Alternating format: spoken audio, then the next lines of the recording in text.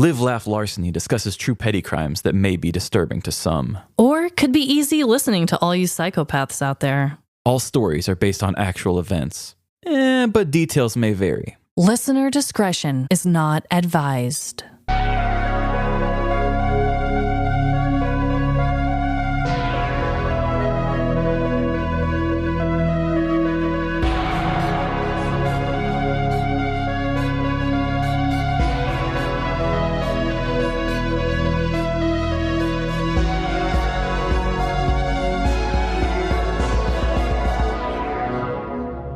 Live, Laugh. Larceny.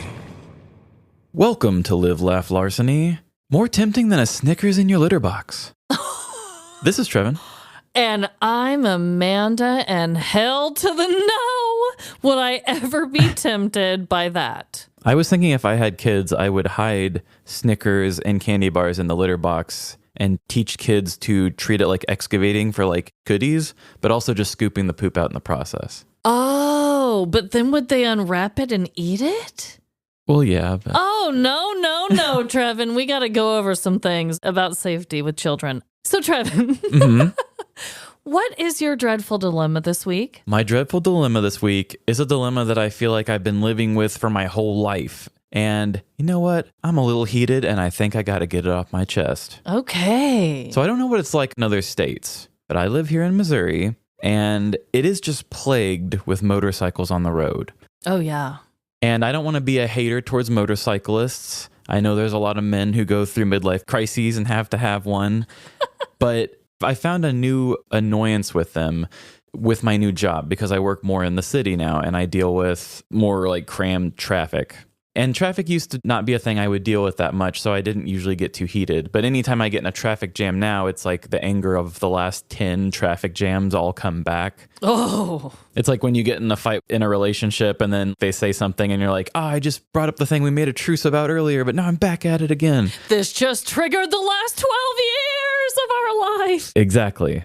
So lately, I keep getting caught in these traffic jams, and these people on motorcycles are just going through the middle in between all the cars. The disrespect. I don't even know if it's technically illegal. I've never seen anybody get in trouble for it. I feel like it's illegal. I feel it in my bones. I feel like it should be. I mean, I'll watch people do it on the highway while two cars are going in both lanes and you can't get around them, so then they'll just drive in between both of them. Right. And I don't want to be too much of a hater on motorcycles. Of course, I'm like a hater on the masculine need for one.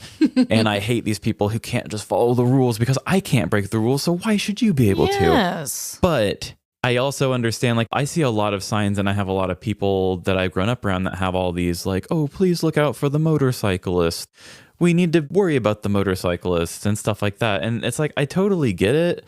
But when I see the motorcyclists doing things like that, I just feel like there's some bad actors that kind of try to use that support for them to do shitty things on motorcycles when there's actually really tragic stories of people who do ride motorcycles that we should be looking out for. Yeah. But at the same time, when I see one of these people pull this dickheaded move of having a huge line that you're just going between 14 cars, and if that guy gets bumped by a car... You know what? I would tell any person out there that is driving a motorcycle, whether it's your midlife crisis or not, and you are swerving and going in between trucks and doing all these bad things, there is a movie out there with Denzel Washington that starts with a scene of a crazy driver going, rah, rah, rah. They died, and then he has to try and get that dead person's organ to his dying son. Do you know what movie this is? Do you want to be an organ donor? Like, you need to chill. You got to chill the organs. Just looked it up, everyone. The movie is called John Q. And it is about a father who takes a hospital hostage to secure a heart transplant for his son. And nobody wants to be a part of that. So please, you guys. And also, do you know how many people on motorcycles I see without a helmet? Like, you got to protect your noggin. Oh, that was the thing. The Missourians here were fighting and fighting for the longest time, being like, we shouldn't have to wear helmets. And then the second they're like, fine, you don't have to. Now everybody just brags about it by not wearing helmets. Wow, I think that's it's awful. a power thing. I mean, that's your brain in there. Like, Yeah. come on. Well, that is dreadful, and I'm with you. It just sucks so much every time. I'm just like, I hate this. I want to move. I want to get to where I need to get to. And then some dickhead with 2 wheels is just like, toot, toot, bye. And they're getting there. And even though you can get there, I guarantee you're making it slower for everyone else because people are like, there's a motorcycle coming out of nowhere. Yeah, I honestly don't know how you even trust yourself to do that and not hit people's rear view mirrors and stuff, especially with some of those trucks and how they hang out. Right. Oof. Be careful out there. Well, I also have a dreadful dilemma, Trevin. This is one that is uniquely personal to me. I thought about not covering this on the podcast, but our girl, Chapel Roan, has a song called My Kink is Karma. Oh, yeah, I love that one. Yes. Oh, it's so good for so many different reasons. Yeah. Not only she's saying that she's getting off, by her ex doing all this fuckery, but like also the cadence of the way she's saying it is like she's getting off. It's so genius. Anyway, she and her music has been like, you know what? Fuck these exes, and I don't care. I'm going to call them out, and maybe one of them is listening right now. Oh, God. We're in our attitude era today, I guess. We are. So my dreadful dilemma is that so many of my male exes, have been doing a lot of weird shit, and I'm starting to lose hope in all of them. Do we need hope in our exes, though? No, but here, I'll explain why. I'll explain why. Because one of them, I could have seen it coming. The other one completely shook me. I've had an ex recently DM me saying that I look cute, all while posting pictures sitting next to his pregnant wife on the couch. He's a douche. He used to listen to our show. I don't know if he still does, but that's really bad. I blocked him. He's awful for that one. Okay. That one didn't surprise me as much. It was still really disturbing to me, but I was like, he's kind of been a douche.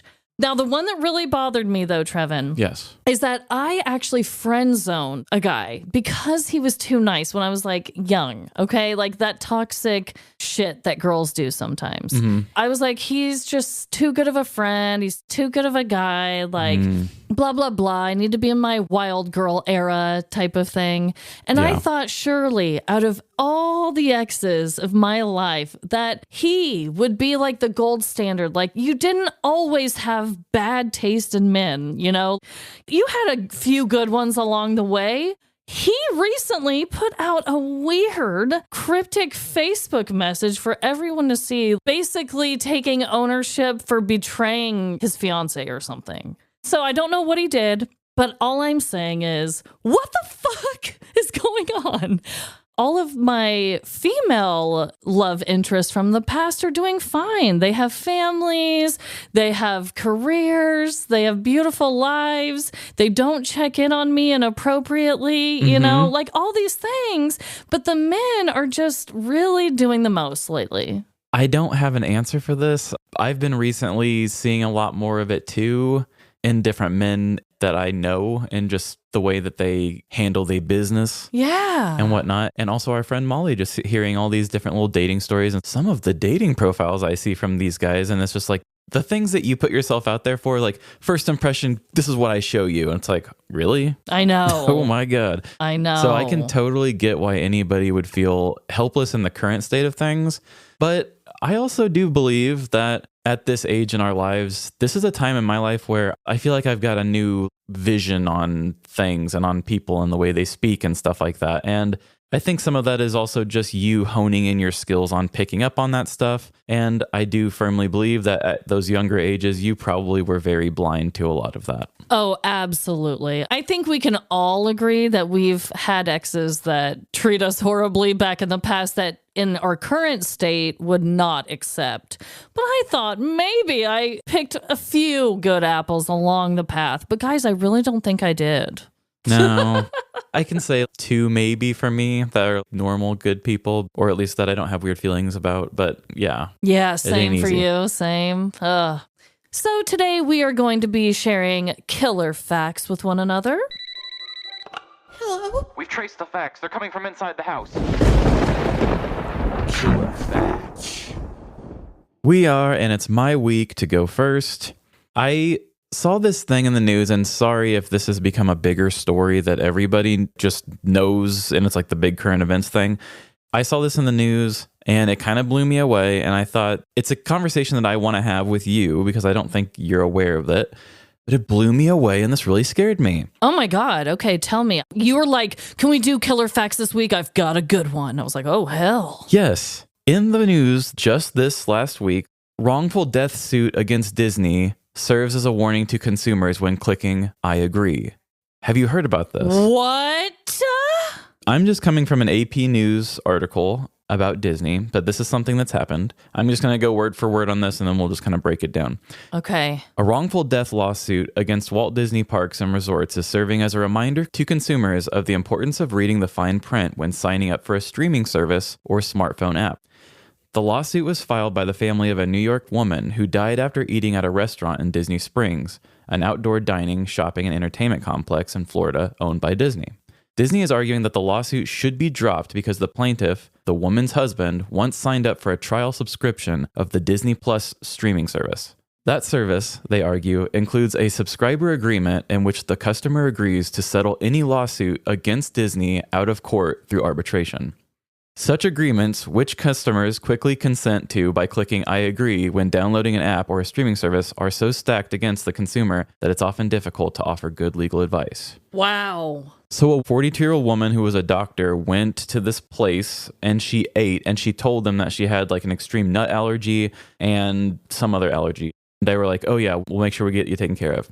She ate something, went to like anaphylactic shock, and then ended up dying. Oh my God, that's awful. Okay, I didn't know if it was like a really crazy thing of food poisoning or she choked on food or what. So she went into anaphylactic shock, she died, and the guy, he wanted to file a wrongful death suit, and he was just looking for $50,000 to like handle all of this stuff. And to me, when we just told that story recently about the twin who was in jail and he was looking for $1 million for every day he was in jail. Yes. When I see that this guy lost his wife and he's just asking for $50,000, I mean, I'm sure insurance is probably really helpful too. But you know what I mean? Like, it doesn't come off greedy. Yeah, it doesn't come off greedy at all. So instead of finding a way to just pay it off and say, here's $50,000 anyway, they were like, no. And the reason why is because in 2019 or whatever, like 5 years ago, you signed up for a 30-day trial of Disney Plus. And because of that, you clicked I agree, and any type of lawsuit that you may get with us,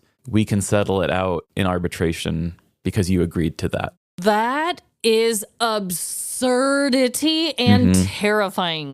Yeah, I have Disney Plus. Does that mean if I ever take my girls to the castle and I don't know, something crazy happens that I can't do anything because I watch Disney Plus movies? Yeah, they're saying like out of the million and whatever subscribers that they have, it sets the precedent that they have some kind of immunity to anybody who may have ever used their thing. Holy hell. Now, what'll probably happen is people will probably step up, and there are already people that say, well, come on, Americans can't read. We all know this.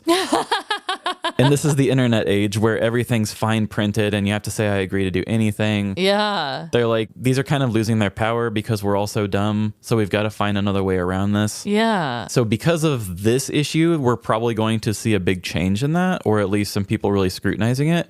But really, if you were like some evil genius like Disney, why didn't you just pay the $50,000 and not draw attention to it? Seriously, I feel like this is really bad press. Yeah, that's scary shit. Other people are scared now. I mean, I wouldn't want to step foot on their place, you know, where something serious could happen to me. Because right now, the Disney Plus app's not going to hurt me.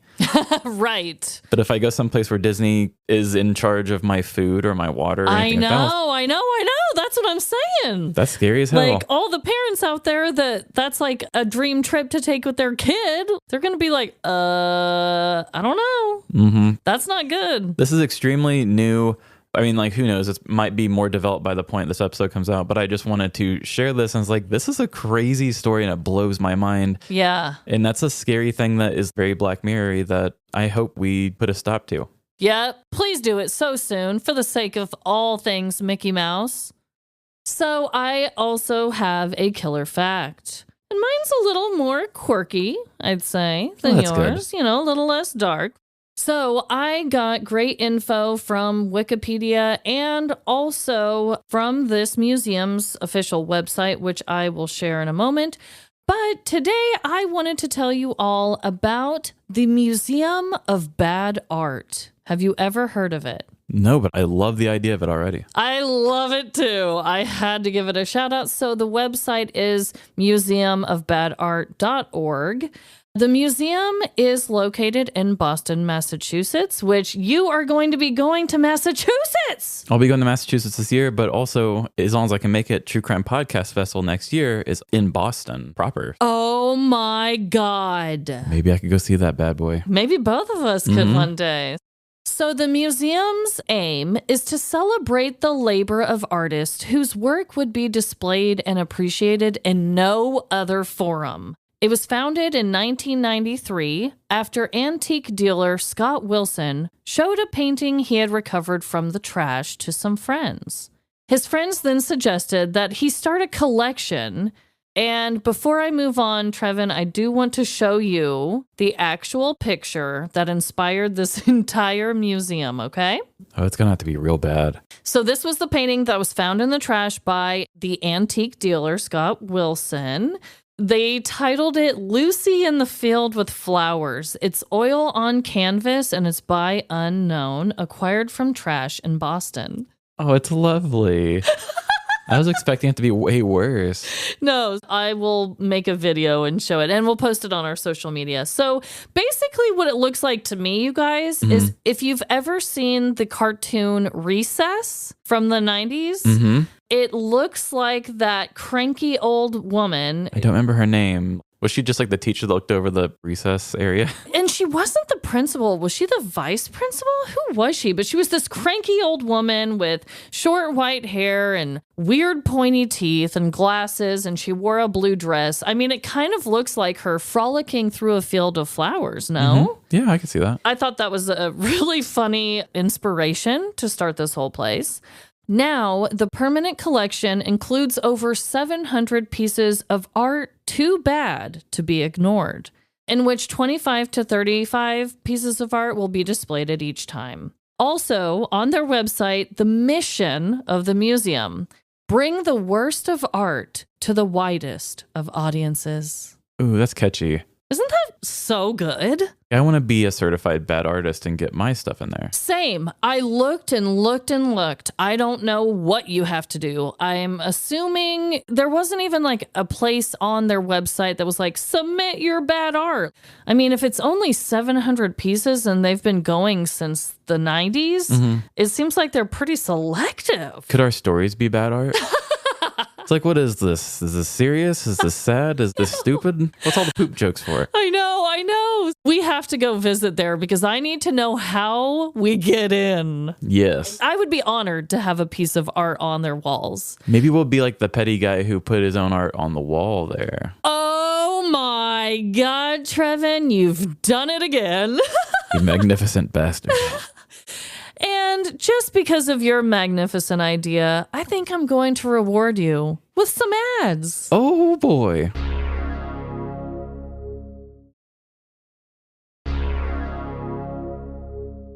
And welcome back to the show. Welcome. Hello. Howdy. So it's story time. I've been in a bit of a current events kind of mood. Yeah, you really have been, huh? Yeah, you can see my killer fact. And I've got a current event of a crime that is just too petty to ignore. Oh my God, yes. If you are any type of person who works for yourself or has a side hustle, I think you can relate to this one. I think I tell a lot of stories that side to those people. I wonder why. But this is like those other stories. So why don't we just do the thing? And here we go. Anyone who's found success in a creative or business venture knows the value of criticism. Even if you're thin-skinned and awful at taking it, deep down, you understand that it makes you better. It's that whole iron sharpens iron thing, or however that saying goes. We all just want to succeed. No matter how much negative feedback may sting our delicate egos, a true professional will sift through the pain to find the constructive nugget hidden within. You either choose to keep growing, or you don't. It's a constant cycle endured by all who dare to dream. As if the inner struggle of being one of these people wasn't hard enough, the dawn of a new era brought with it technological advancements that amplified the voices of others. I am uneducated and angry! Suddenly, it wasn't just educated critics weighing in. Anyone with an opinion and an internet connection could broadcast their thoughts to the world. Bad opinions, once contained by the distance one voice carries, The earth is flat! now had the power to be shouted to the masses, gaining strength in numbers through online communities. Let's boycott globes!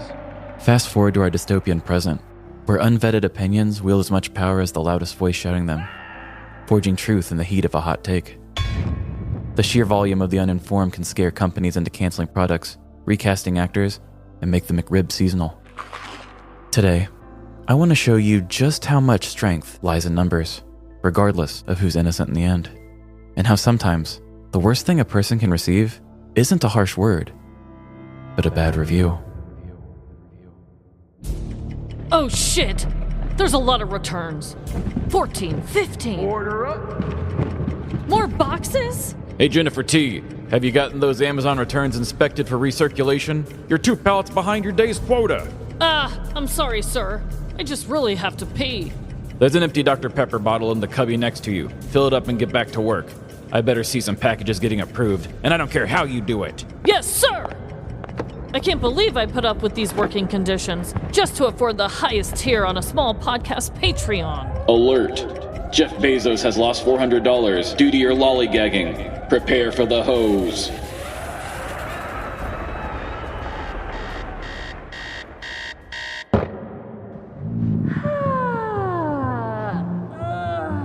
The home of a successful business family has a way of making any regular person feel like a failure. From the framed achievements to the heated bidets, stepping into the brightly lit palace of accomplishments can make your own home feel like leftovers you didn't even enjoy the first time. It's either this or cooking. For the Barron family, watching first-time guests have a crisis of self-evaluation was just another part of hosting any event. Beautiful home. I regret everything. Each morning, Rochelle and Paul would happily rise from their marital bed, greeted by the many reminders of their prosperity. Paul jokingly called their home the house that Butts built, while Rochelle preferred to think of it as her empire of love, focusing on the lives they'd change with their product. For Rochelle, one display held particular significance: a photograph of their first child, Beauregard, taken the same year that they got their idea. It both inspired her and took her back through the journey of motherhood and business ventures. She remembered it like it was yesterday. The sounds of other children splashing in the shallow end, the overpowering scent of chlorinated water, and the struggle to remove his swim diaper after a massive blowout of Gerber apple chicken puree. Though not captured in the photo, she could never forget the mental image of the doo-doo stream caused by the ill-fitting diaper, or the red rash that followed.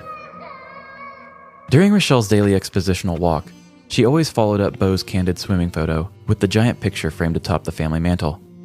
If the grainy poolside photo from 5 years ago served as a reminder of the moment they had their great idea, this professionally taken posed portrait captured the day their luck truly changed.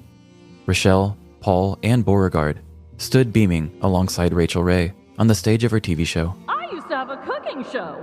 Taken just over a year apart, these two photos represented a lifetime of hard work and learning. It was during that span of time that Rochelle and Paul invented the Nageray swimming diaper, a French word roughly meaning little swimmer. After much experimentation, trial and error, and presumably a few unfortunate incidents of poop escaping into the pool, Get out of the pool! the couple finally created a one-size-fits-all diaper that was cute, functional, and most importantly for Rochelle, reusable. Within a year, their company, Beau and Belle Littles, received the coveted Rachel Ray boost, and by 2020, 5 years later, they had reached their first million and were poised to triple it by 2021. Successfully starting her day by reflecting on where she came from, Rochelle headed into the bedroom of now 5-year-old Beau and his young sister, affectionately known as child number 2. She loved how the flexibility of their literal mom-and-pop business allowed her to snuggle her children awake each morning, while Paul checked in on the day's tasks. Rochelle popped a couple of slices of bread into the toaster and poured a cup of coffee for Paul. She glanced over at child number 2, happily munching on Cheerios in her high chair. This was the dream. She had created something that not only put cereal on the tray for an unnamed daughter, but also helped the environment and others. Handing the steaming cup of coffee to her husband, Rochelle was immediately drawn into a new business idea from Paul. Hey, Sugar, how about this for a tagline that greets people on our website? We've got your little bums covered, Paul suggested, proudly gesturing to indicate just how big the lettering would be. I think that's a wonderful idea. Rochelle responded with a grin. After all, those little asses made us $1 million. I want to support Butts as much as they've supported me. With his cup of morning brown in hand, Paul headed up to the family office to log into the company's sales portal. He clicked on his pre-populated email address, littledaddy2cheeks@hotmail.com, and carefully typed in his password, something 69! He sipped his caffeine, amused by his lazy yet funny choice, complete with a sexy number. But before he could swallow, a new email sent his coffee flying back out. Paul wiped away the coffee he had meant to drink, staring at the screen in disbelief. It wasn't his imagination. There, on the desktop monitor, was a scathing 1-star Amazon review. Sugar, earmuff the kids. I'm about to curse. Paul hollered over his shoulder. But before he could even finish, Rochelle was already in the doorway with a towel and a bucket of soapy water. Let's keep the anger in check for the kids. Rochelle urged, stepping forward. I'm here. What is it? As she glanced at the screen, her eyes widened and she gasped, her hands flying to her face. The bucket slipped from her grasp, spilling water across the floor. The two of them stood there, surrounded by their own messes, staring in horror at the disgusted words from a paid customer. The diaper arrived used and was covered in poop stains. Nothing could have been more disgusting. I'm assuming someone returned it after using it, and the company simply did not check the item and then shipped it out to us, as if it was brand new. These were not small stains either. I was extremely grossed out. Clicking on the email, it got even worse. Not only did the review allege that they had sold shit-stained drawers, but the angry message was accompanied by photos. Lying on a table, surrounded by the crumpled brown paper from an Amazon box, was a blue Nazare swim diaper, pre-soiled and displayed for any potential customer to see. Each member of the couple fought the urge to blame the other, wondering if one of them had processed a return half asleep, or possibly dropped a turd of their own in a shipment. Crazier things have happened. But the fact that this was an Amazon review made the whole situation feel even more suspicious. Wait! Rochelle spoke up. An Amazon review? We don't handle returns for Amazon. Paul replied. You're right. Amazon only ships from their own inventory. Anything they send out would be a return they processed. So it's not our fault. Rochelle insisted. We see specials and exposés all the time about Amazon's working conditions. Their workers can't be doing a great job. And besides, the return was processed by Amazon. This is 100% not our fault. Just as Rochelle made this very valid point, Paul refreshed the page to find that the poopy photos had been upvoted and marked as helpful by 2 Amazon customers who had recently viewed their product. If we don't get ahead of this, the mess in those diapers is going to stink up more than just that order. It's going to soil our entire company's reputation, Paul said dramatically, clicking on the reviewer's email address to explain the situation. As Paul attempted to clarify the Amazon return logistics and offer free products to address the review, Rochelle grabbed her phone and dialed Amazon customer service. She needed answers. Please, I have children. It's a beautiful day at Amazon. This is Gene. How may I assist you? I'm a small business owner and just received a 1-star review on our product due to an Amazon return issue. Our terms and services state that reviews should only address the quality of the product, not shipping conditions. Please direct me to the department that can get this review removed, as it does not pertain to the quality of my product. I'm sorry, ma'am. I suggest selling your diapers without feces in them. That's just it. Your returns department sent a used diaper as new to one of my customers. Our teams are instructed to open every box and validate the integrity of the inner seal. How could this happen with rules like that? Can you at least remove the review? What I can tell you is that we'll make improvements to our returns process moving forward. Thank you for your concern. Do you have no soul? How do you sleep at night? By powering down at an EV charging station. Thank you for calling Amazon. Goodbye. By the time Rochelle ended the call, Paul was calling her back to the computer. Shug, the reviewer responded almost as quickly as you got off the phone, He announced. Rochelle joined her husband as they read the response. That sounds awful. I can totally see how my review might not be painting the best picture of your company. As you can imagine, the situation left me pretty angry. I saw brown and immediately saw red. I saw skid marks and wanted to leave a mark of my own on whoever let this happen. I see that my battle is not with you. I'll remove that review as soon as it's convenient for me, and I'm setting aside time to review products again. Phew. Paul exhaled in relief. Big Daddy Bezos may not have our little bums covered, but if there's one thing we can always count on, it's humankind's ability to band together and help each other. Even though the company we rely on for our income has policies that could easily ruin our lives, I'm glad we could avoid that unpleasant outcome. The couple looked up at the ceiling, as if to gaze into a hopeful future. In 2020, Rachel and Paul Barron, owners of the small business Bow and Bell Littles, faced a harsh blow. A one-star Amazon review accused them of sending swim diapers soiled with duty. The review, complete with photos of the poop-stained diapers, detailed the supposed return processing malpractice. 5 years into their business, and fresh off their first $1 million year, the Barons watched in dismay as sales began to plummet. The review's helpful upvotes pushed it to the top of their product page, and despite it being an Amazon error, the company decided to use this as an opportunity to improve rather than remove the review. The Barons reached out to the reviewer, a teacher named Aaron Herbert. While things seemed to be smoothed over, the reviews remained. Over the next 4 years, the review continued to gain traction, leading Bow and Bell Littles from a $1 million success in 2020 to a $600,000 debt by 2024.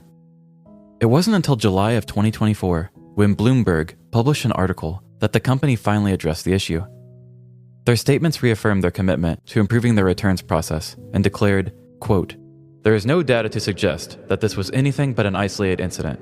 We have removed the negative review in question and are investigating why it was not removed previously." Bloomberg also contacted Aaron Herbert, who admitted, I always meant to go back and revise my review, but life got busy, and I never did.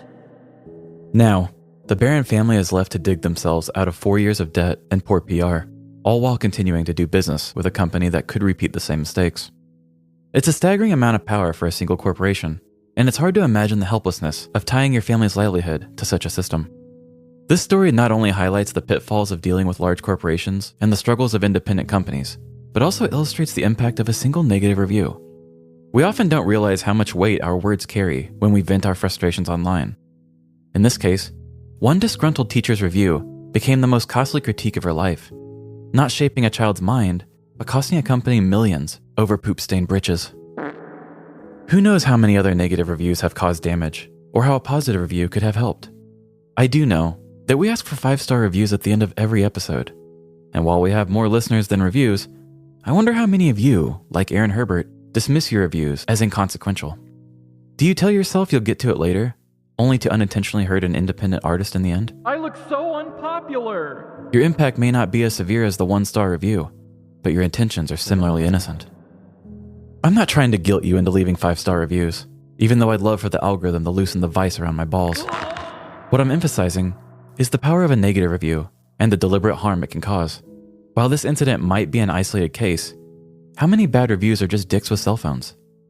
Let's spread kindness and positively review the people and artists we appreciate. It's easy to leave a review when you're angry, but it's more rewarding to do it when you're happy.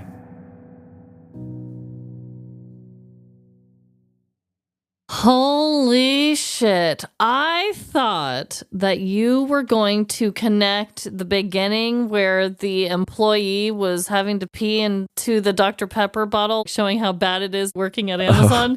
And I thought that one of the employees used the diaper. I truly thought that that was going to be the ending. Actually, that would have been a good twist too, and I'm sure something similar to that has probably happened. But no, this was just more of a story that kind of makes you feel dirty, you know? Yeah. Like, of course, I make some fun around those characters, but they're the victims. And like, I'm not really mad at the teacher character. You know, if you bought diapers with poop in them, you would want to give a 1-star review too. Yes. I got a back massager that the inside mechanism stopped working right. I asked for a return. They didn't email me back. I gave it a 1-star review. Yeah. But then they replaced it and I removed it. in this situation, I guess you just don't really realize just how much power that holds. Because we get these emails all the time. It's like, oh, please rate your experience with using this app or whatever. Yeah. But just think of the one time that you leave a review and it literally has the power to just hurt a family so bad, like monetarily. Yeah. I'm sure she feels bad about it. It's interesting because as a consumer, you do think, I received this product, so I deserve to have my complaints heard, right? Mm-hmm. But then when you look a little deeper and you find out it is a mom and pop shop that just goes through them as a more convenient return process, Mm-hmm. then it complicates things a bit. Yeah, we live in a very complicated world. It's gotten more and more complicated as I've gotten older. Yeah. But I think that's just because I was fed this lie growing up in the 90s, and it was the customer is always right. Mm-hmm. I would say that even my dad would agree with that to a big part, and I think he might still agree with that. But there are people that do think that I should be taken care of because I'm a paid customer, which I totally understand that. Mm-hmm. But there are some of those people out there that are bad reviewers just because they aren't good at reading the directions, things like that. For sure. And that's gotten so out of hand, that belief that the customer is always right, that we're in a mess like this today. Damn. And the fact that they explained it to the lady and she's like, oh, yeah, I'll take it down. And then she's like, yeah, I didn't. That's the funny thing, and the saddest thing about that too is Bloomberg reaches out to her 4 years later, and who knows, she's probably just like, what's this about? Oh, Yeah. I think I vaguely remember talking to somebody about that.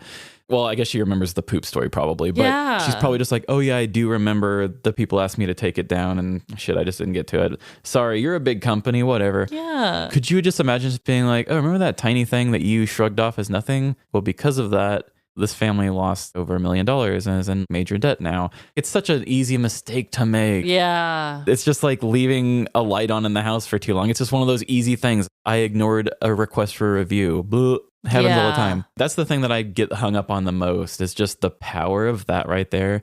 Even though, honestly, the real thing, which everybody tells the story, but the real thing is just the evils of big corporation and For working sure. conditions of the poor Amazon people. For sure. I loved how you portrayed it. It was terrifying, but it was fun. Where my imagination went. All of our words hold weight, and we just need to remember that before we leave a good or bad review, right? Think it through. And also, I had to kind of tell this story in a short story form, but it really wasn't as quick as just calling Amazon and having one conversation. They've been fighting it for 4 straight years while watching their money slowly dwindle. That's awful. I mean, I know I made it funny, but they're just like, please, business daddy, help me. I earn you so much money. I do this much. Can't you just make the review disappear? And they still wouldn't. They said now they don't even recirculate things of that nature anymore, usually. Like an open diaper product or whatever. They're just like, fuck it, throw it away. They've changed things. They just never got the review to go down. But it wasn't until that article came up, they're like, oh shoot, whoop, it's gone now. It's just crazy the things that people have to do sometimes to get a little bit of help. And when bodily fluids are involved, it just makes things even more messy, We talked about mailing poop to people and how that was illegal because we were talking about doing that as a revenge prank at one point. I wonder if somebody could go back and be like, I sue you because I know for a fact you mailed shit. And that's against the rules of health. The rules of health. Wow.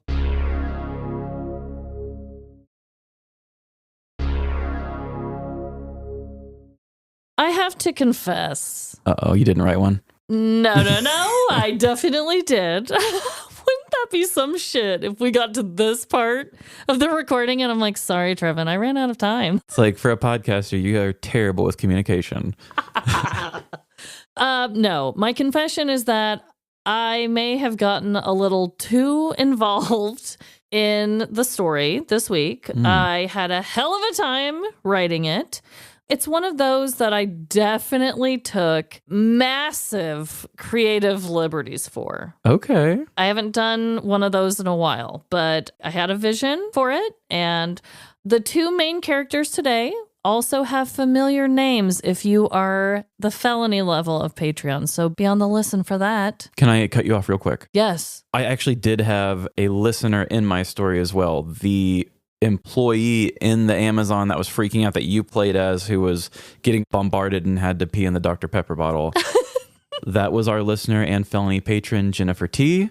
Oh, Jennifer T. We would never make you pee in a pop bottle. No, and sorry for not saying your name earlier after the story was done, but thank you for being here and we appreciate you so much. Yes, thank you, thank you. And if you want your name read, everyone, just join our felony level on Patreon. It's really so much fun in there. There's so many good members, such an encouraging place to be. Check it out. But with all of that, here we go. It's that time of year again, when the county fair comes to town. Rickety and rusted metal structures begin to rise from the dirt of the barren fairgrounds, illuminated days later at dusk on a hot summer night. Walking up to the grounds, you hear the sounds of revving engines and tires spinning into mud. A small dirt stadium is filled with old cars without windows and labeled with spray-painted numbers. They crash into each other repeatedly, causing loud bangs, small fires, and a fuck ton of whiplash. The stands are filled with cheering spectators, all screaming out for their favorite car. I like the blue one. The Demolition Derby Night 1 of the fair sets the tone for an exciting night. The feelings of exhilaration and fear continue throughout the rest of the evening. You buckle into rusted rides that barely latch and spin 2 different directions at once. You smash on funnel cakes, fresh squeezed lemonade, and cotton candy until you feel like you'll puke. And you'll win the biggest stuffed monkey toy after rounds and rounds of a carnival game, only to realize how terrifying the big stuffed gorilla's gaze actually is. Today's story isn't about any ordinary carnival in town. This one has trap doors and the maze of mirrors and too many kernels in the popcorn. You are now entering the Petty County Fair. It was a hot and muggy summer evening in Lake Elmo, Minnesota. Yet it didn't slow the traffic headed toward opening night of the Washington County Fair. Stuck in the back seat of her parents' car in a traffic jam was 16-year-old Amy. Usually the slow movement of the vehicles around her would cause her to throw a teenage tantrum. But tonight, Amy sat patiently and waited. She knew what a big night it was for her and her entire young adult life. You see, Amy had found herself in a bit of a Romeo and Juliet situation, or perhaps it was more like West Side Story. In any case, she had fallen for a boy named Rick, who hung out in an opposing crowd than hers. Amy reflected back at the moment their eyes met from across the school cafeteria. It was like soulmates connecting for the first time, but their friends just didn't understand. Are you going to eat that sandwich or just stare at that loser over there? The love-struck teens found each other on social media and began secretly communicating. Rick hung out with the rebel crowd, who liked to take risks and break rules, Let's get the prize-winning pig drunk. while Amy hung out with student council members and won last year's spelling bee. CHIHUAHUA. Chihuahua. It didn't matter, though. Their teenage hearts were beating quicker just at the thought of being together. We're almost to the fair, honey. Amy's mother announced, breaking her out of her flashback and into the present-day dilemma. After months of DMing, Rick and Amy had planned to secretly meet up for the first time at the fair. Only, this meetup had to be hidden from both groups of their friends. If Rick's pals found out, they would harass Amy and call Rick a suck-up. If Amy's friends found out, they would think Amy had lost her mind and her path to Harvard University. Plus, they would tell her mother that she liked a boy, and no one wanted that to happen. Why would you do this to me? This meeting was particularly challenging to do at the fairgrounds. This was the place where the two groups of teenagers divided themselves the most. On Amy's side were the corn dogs. This group spent most of their time gathered around the food vendor stations, playing carnival games, and feeding corn dogs to the 4-H club's cute goats. While on Rick's side were the spinners. These defiant teens spent most of their time spinning out on the tallest, fastest, and craziest rides, only taking breaks to smoke weed and eat funnel cakes. That is why the infatuated young pair agreed to meet in neutral territory with a small window of privacy. The the Ferris wheel. Amy's phone beeped, alerting her to a new DM from Rick, reading, "Stand in line in the Ferris wheel at 10:15. Once you make it to the front of the line, I'll meet you there. I can't wait to stare into your beautiful eyes close up." The message made Amy's heart flutter, although he had used the incorrect spelling of your. It was only an hour away that she was supposed to meet up with a bad boy who may be her high school crush. Inside, she was panicking, but on the outside, Amy sat paralyzed in thought. Amy, are you getting out of the car? Her mother asked with confusion. Oh, yeah, sorry. Amy said, liking Rick's message and quickly stepping out of the back seat. Walking closer to the carnival, Amy and her mom heard the distant sounds of crashing cars and carnival music. The smells of burnt sugar and fried everything clung to their nose hairs, and the multicolored lights lit up one side of their faces, leaving the other in an eerie shadow. I'm going to go meet up with Martha over at the 4-H building. She entered in the fair's largest tomato contest. Amy's mom explained with enthusiasm. That's fine, Mom. I'm going to meet up with some friends too. Amy said, with a reassuring smile. Oh, yes. Don't you mean the corn dogs? Amy's mom said in a whisper. Amy laughed off the ridiculous name her friends called themselves, and the mother and daughter hugged before going their separate ways. Amy met up with her crew, just in time to order a corn dog with them at the food trucks. They fished for rubber duckies and threw balls at small wooden clowns for small prizes, until the time had come for Amy to stand in line at the Ferris wheel. She looked down at her watch and over to her pals. She knew she had to tell a little white lie to make it in time, without question. I promised my mom I would ride the Ferris wheel with her after the tomato contest. I'll be back though, guys. Don't wait up for me. But Amy's best friend squinted her eyes in suspicion. Are you sure everything is all right, Amy? You've been super distracted all night. You didn't even notice the cute barnyard goats back there. Amy gulped and shook her head. Everything is fine. I'll be back soon. Her heart rate increased considerably once she stood in line at the gigantic circular chair ride, all alone. She sent Rick a message saying, I'm here, and continued to wait. There were only 3 other couples ahead of her now, and she was worried she would end up taking a solo spin on the wheel. Standing there, out of sight of anyone familiar, she felt an enormous wave of anxiety wash over her. It was her turn to step onto the loading platform when she felt a gentle tap on her shoulder. "Hey," said Rick with an infectious smile. The pair giggled as they took a seat in the small bench for 2 and buckled in. "Sorry I almost missed you. The spinners were being really weird about me leaving them, but I was gonna make it on this ride even if it killed me," Rick said in the most cliché teenage rom-com voice. But to Amy, it was music to her ears. Yeah, the corn dogs questioned me too, but I had to see you tonight. Amy stated, being more vulnerable than she had ever been. Their seat began to slowly rise to the very top of the Ferris wheel, with the teens staring at one another in awkwardly close proximity. As the wheel came to a gentle halt, with Rick and Amy at the top, they leaned into each other, closer. They both closed their eyes and puckered their lips self-consciously. Just when their lips were about to touch, they both stopped suddenly from a familiar yet threatening sound. Snapping in unison. And it was getting closer. The young couple looked down at the base of the Ferris wheel, only to see their worst nightmare coming true. The corn dogs snapped as a group coming from the east, and the spinners snapped together, headed from the west. Both rival teams meeting right below the Forbidden Lovers. Where's Amy? If she's off somewhere with your loser friend, we need to know where. Amy's best friend shouted at the punk standing before her. The leader of the spinners barked back.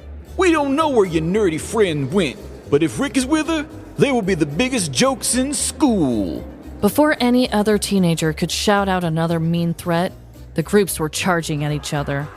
The angry adolescents shoved, slapped, and tripped one another, with only a few determined teens landing an actual punch. Regardless of their bad aim, the fight began to attract more and more teenagers. It became a full-on brawl, taking over the majority of the carnival area. Mothers rushed their babies to safety. Vendors shut their windows in fear.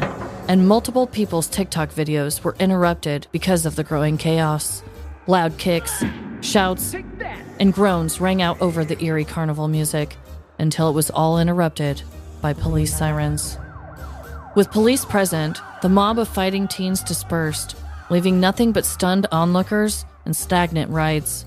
Yet at the top of the Ferris wheel, one of the carts swayed back and forth to the rhythm of awkward kissing.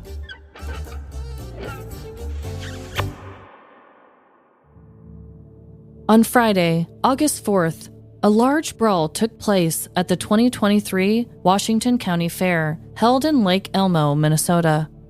Witnesses estimated that at around 10:30 p.m., a fight broke out, involving anywhere from 50 to 100 juveniles and young adults. Law enforcement arrived at the fairgrounds and broke up the massive feud, only to hear that multiple angry teens had moved the fight to the Holiday gas station across the street. The second altercation was again stopped by police officers for good, not long before midnight. The fights ended with an unnamed 15-year-old being cited for misdemeanor assault and an unnamed 18-year-old being cited for misdemeanor disorderly conduct. Laura Perkins, a spokesperson for the Washington County Sheriff's Office, reported that it was a fistfight with no weapons involved, and while several people were hurt, none required any medical attention. Perkins said she had no information about what caused the fight. However, fair manager and treasurer Dory Ostertag said it was a possibility that racial slurs may have contributed to the brawl. Ostertag was quoted saying, "Things got out of control. Groups of kids, younger kids. Really, I felt like it wasn't the same place as I've been for many years. It's just too hard to watch when you see something that you love and having someone trying to ruin it for us." The fair ultimately shut down early Friday night, but it was back open the following Saturday night, with double the number of deputies patrolling the fairgrounds for the remainder of the weekend. Ostertag reassured the community about returning to the fair, but also gave a warning to all of the troublemakers. "Come out, have some fun, eat some food, enjoy yourself, but don't bring that drama. Don't bring the violence or anything else." My, oh my. What a wild ride that was. There were bumps, twists, and stomach-turning drops along the way. But overall, I hope you all enjoyed your visit.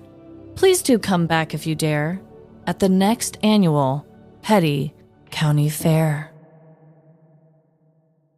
Okay, the West Side Story poll. Did you recently watch it or? No, I really didn't at all. I basically wanted to do a story that specifically took place at a county fair because I have so many fun, crazy, wild childhood memories being at the fair. Mm-hmm. And then when I stumbled upon this one, it had no severe injuries and no weapons because there were a lot of crazy weapon-based things out there that I was like, oh, hell no. I was like, okay, I'm on board. And then when it got to them explaining why the brawl happened and everything, I was like, that's really heavy. How can I lighten this up in our petty type of way? Oh. And then I was like, fuck it. I'm just going to make my own love story out of nothing and just be a little creative with it and create the two rival groups, you know, not make it racially divided, but make it just based on like where you stand on the fairground, right? Yeah, the fairground families. Yes. I love West Side Story. I love Romeo and Juliet. I love musicals. I love these forbidden lover stories. So I was like, I'm just going to make one out of this. I know it was very random to do, but I had so much fun making it that at one point, my husband Jordan saw me writing it on the couch and was just like, you are just living it up over there, aren't you? Just living your creativity over there. And I was like, yes, I am. Also, I wanted to give a shout out to Rick W. and to Amy M. They are felony level patrons of ours. I used their names in the story this week, and they were the Romeo and Juliet characters. So thank you, guys. Appreciate you both. Amy, I see your activity on the group. And Rick, you know you're my boy. Yeah, you know us, you love us, we love you, all the things. Mm-hmm. Also, I didn't make up the fact that there was a TikTok interrupted by the fight. Nice. I found the TikTok on TikTok. I found it, and just because I was trying to see if anyone had captured this or whatever. And when I Googled it, this TikTok account popped up. Anyway, that wasn't a lie. Nice. TikToks were interrupted by the brawl.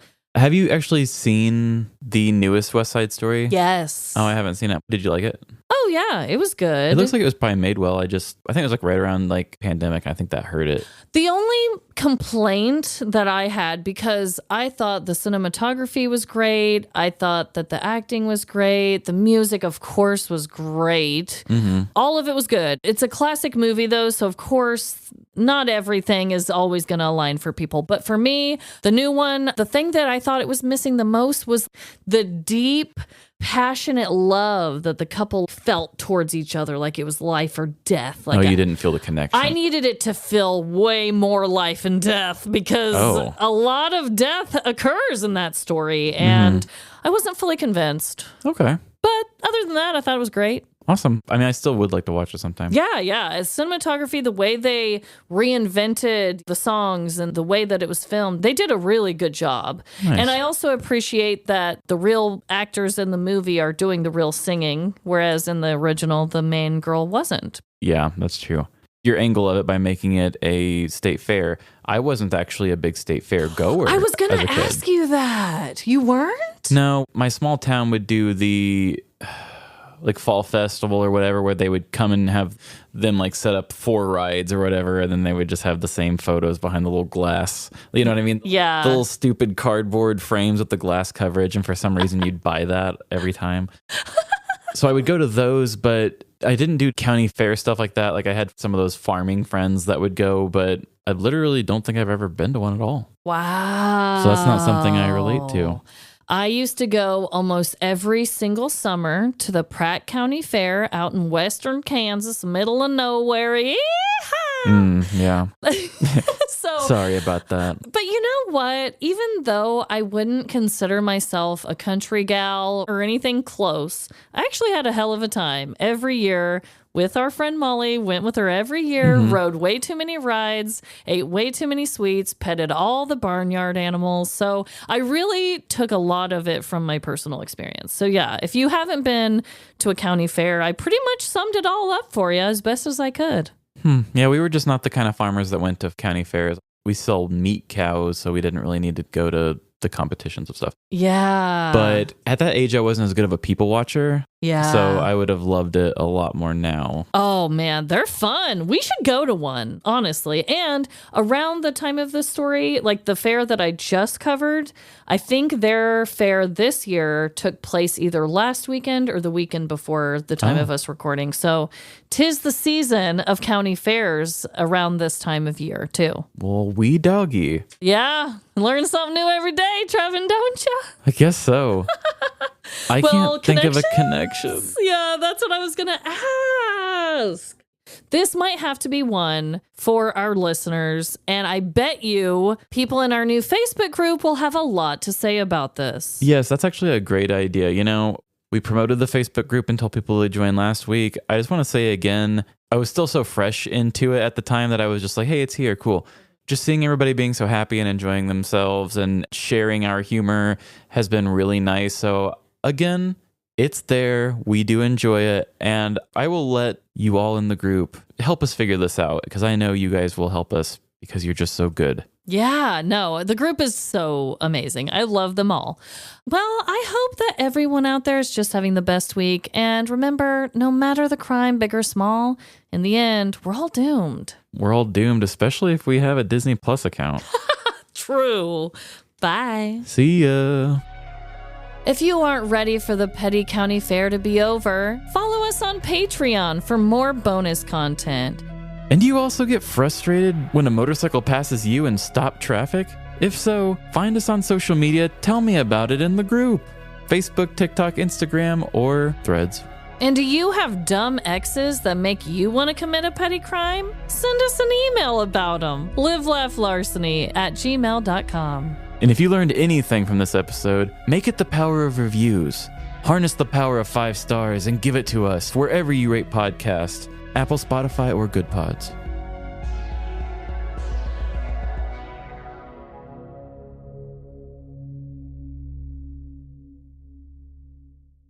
Each member of the couple fought the urge to blame the other, wondering if one of them had processed a return half asleep, or possibly dropped a turd of their own in a shipment.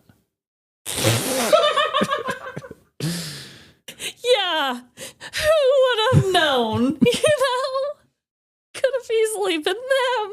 Wait, the next sentence will make that make sense. Okay. Crazier things have happened. Okay, it didn't really. I was waiting for something concrete, like an explanation about them and their shitting habits. But I just wanted to bring you to think Wow. that something was going to explain it there. Wow.